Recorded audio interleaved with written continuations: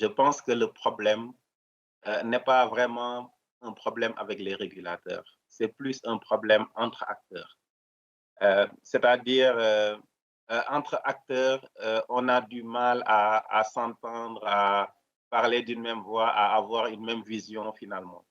Et quand je regarde ce qui se passe dans certains pays où les banques font beaucoup de lobbying au niveau des régulateurs pour que finalement la réglementation n'avance pas. Et c'est parce que dans ces pays-là, les banques n'ont pas compris, en tout cas certaines banques n'ont pas compris vraiment ce que pourrait apporter le fait qu'il y ait des intervenants différents dans ce secteur-là. Je vous donne un exemple, par exemple, hein, et je vais me shooter moi-même. Euh, Oumar, par exemple, il y a quelques années, quand il a voulu se connecter avec nous dans d'autres pays, nous étions réticents dans beaucoup de pays. Et à force de discuter, à force d'avoir juste de voir au-delà de notre propre assiette, que ça pourrait être une assiette commune, on a développé une plateforme ouverte, hein, Open API. Aujourd'hui, pour se connecter dans les pays, il n'a pas besoin de parler avec qui que ce soit chez MTN. Il, il va sur Internet, il se connecte sur momo.developer.com et puis il peut se connecter, downloader, télécharger les API, tester, il y a un sandbox, s'intégrer, tout ça. C'est pas un système parfait parce que il lui manque des choses comme Channel as a Service, des choses comme ça.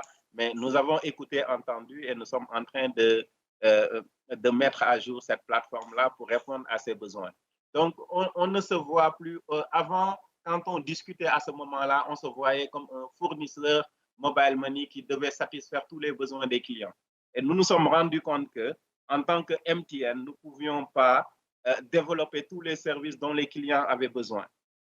Par exemple, pour développer le réseau de marchands, ils ont beaucoup, ils sont beaucoup participé à ça, développer, recruter des marchands, se connecter avec nous, tout ça. Je vous donne l'exemple, par exemple, du transport, où il y a des fintechs comme EWA qui ont développé des solutions qui fonctionnent très bien. Et MTN, en tant que MTN, nous ne pouvons pas développer ça. Donc, on a choisi de s'intégrer avec eux, de faire un partenariat avec eux. Donc, il y a vraiment un besoin de partenariat. Et nous, MTN, aujourd'hui, nous nous positionnons comme une plateforme qui est là pour faciliter, aider les gens à avoir accès aux clients et à développer ce service-là. Et en fin de compte, il y a plus de transactions qui passent par notre plateforme et on gagne plus d'argent, on a plus de clients et les clients aussi utilisent beaucoup plus les services digitaux. Parce qu'en fait, je pense qu'il y a quelque chose que les gens oublient, c'est que la guerre, ce n'est pas entre nous, c'est contre le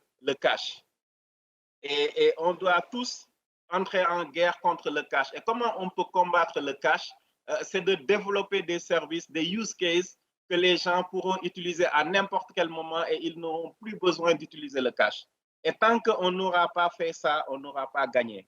Donc le problème, c'est vraiment pas avec les régulateurs. Et pour finir, les régulateurs, je pense qu'il y a un besoin d'éducation, il y a un besoin d'engager beaucoup de discussions. Et je suis très confiant quand je parle des régulateurs parce que je me rappelle des années début 2000 ou 2006, 2007, on discutait avec les gens étaient réfractaires pour autoriser mobile money. Maintenant, eux-mêmes, ils ont réfléchi et ils ont mis en place des licences pour faciliter, pour nous faciliter la chose. Donc, je pense qu'il y a un besoin de plus collaborer avec eux, discuter, partager et les choses peut-être que ne vont pas aller à la vitesse que nous, on souhaiterait que, mais ça finira par se faire. Et je pense qu'entre-temps, il y a besoin entre les acteurs de trouver le partenariat idoine ou les partenariats idoines pour